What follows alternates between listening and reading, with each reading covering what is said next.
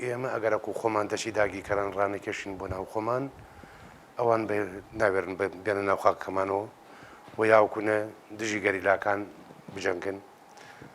من داواکارم لە پارتی دیموکراتی کوردستان و یەکێتی نیشتمانی کوردستان و هەموو لایەنە بەرپرسەکان لە هەرێمی کوردستان دژی ئەم هەڵوێستە بۆستنەوە، دژی ئەم داگیرکاریە بۆستنەوە، نەچنە ژێرباری تورکیا، نەک تورکیا بڵێن تورک بەعام نییە، هەڵبەتە ئاک پارتی و ئۆردوغانە ئەمانە دژی کوردن و دژی لە ناوبوونی ئەزمونونەکەی کوردن. ئێتر نەکەن لە کوردستانی من لە باشوورە بگرە لە چوارپاچەی کوردستانە.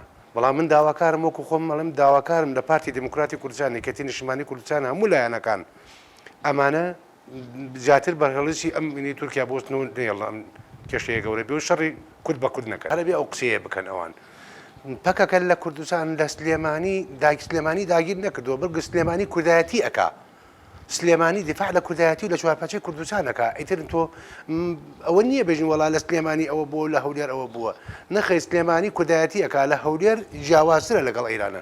لە ئێرانە ئازادیەکی بەرفراوان هەیە، لە هەولێر ئەو ئازادی نییە. لە ئێرانە ئازادیە کە ڕێگەی پێدراوە بۆ هەموو کەسێک قسەی خۆی بە کاوتوانەی خۆی بکە، بەڵام لە هەولێرە ئەوە نییە. ئەوە تا کەناڵەکان داخن کاکە، ئەوە تا تەبگێری ئازادی چەندها کادیر و پێشکەوتویان گیراوە لە ئەولێر و ئەمانە.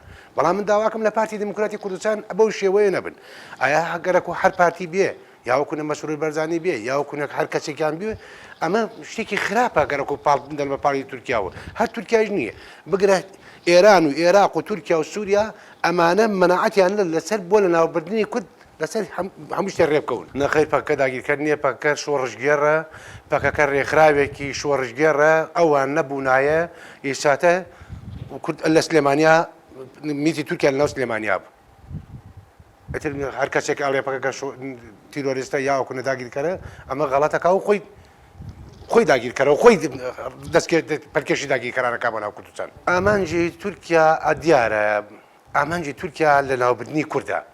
ئیتر پەکەکە نییە بەتەنیا لە ناوبردنی کورد بەعام، ئیتر هیچ شتێکی تریان نییە، بەس لە ناوبردنی کووردە و بەس. من داواکاریم لەگەل ئەوەیە کە بەعام دژی تورکیا بۆچینەوە، بەعام بە پیر و گەنج و مناڵمانەوە بەعام دژی تورکیا بۆچینەوە.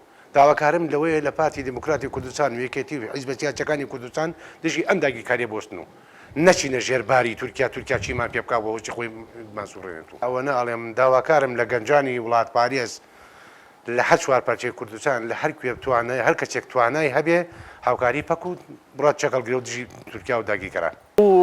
هەڵمەتانی کە تورکیا لە ڕووی سەربازیەوە ئێستا ئەیکا بۆ داگیرکردنی باشووری کوردستان و دیارە بەشی باکووری کوردستانیشەوە هەر لەژێر داگیرکاری خۆیەتی لە جوغزی جوگرافیای تورکیا و ئەو سیستەمەی کە حکومڕانە ئێستا لەوێ، ئەمە شتێکی نوێ نییە و شتێکی شاراوەژ نییە.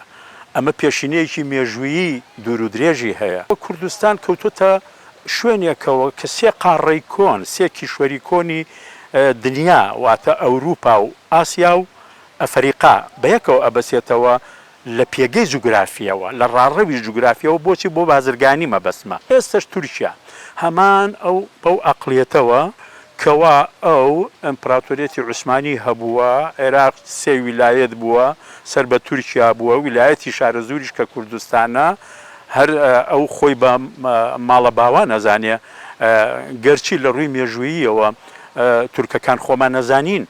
ئەو هۆزانی کە تورک زمان بوون یا تورک نەژاد بوون لە دەوروبەری دەریای خەزەر بوون. لەوێوە عوسمانیەکان یعنی ئەو هۆزانەی کە تورک نەژاد بوون و ڕوویان کردە ئەنادۆڵ و ئاسیای ناوەڕاست کوردستان وردە داگیریان کرد. خەڵکە ڕەسەنەکەی کە کوردستانە کە کووردە کە گۆتی و لۆلۆیە کە هاڵدیەکانن، ئەمانە خەڵکی ناوچەکەن و لە زاگرۆسا هەزارەها ساڵە ژیان و وڵاتی خۆیانە ئەوان داگیرکردن. ئێستش بە هەمان عەقڵیەت بە هەمان نەفەس هاتوون کوردستانی باشوور داگیرکەن. هەرچەنە چەندین هەوڵدرا بۆ ئەوەی کە کۆنگرەی نەتەوەیی پێکات، ئەو کۆنگرەی نەتەوەییەش نەبووە چارەسەر بۆ ئەوەی ئەو ناکۆچانە وەلا بنێ کە ئەمە بەڕاستی پوازێکە ئەڵێدار لە پوازی خۆی قڕیشێ، پوازێکە لە جەستەی بزوتنەوەی کوردی دراوە، هەتا ئێستا ساڕێژ نەبووە، هەتوان نەکراوە.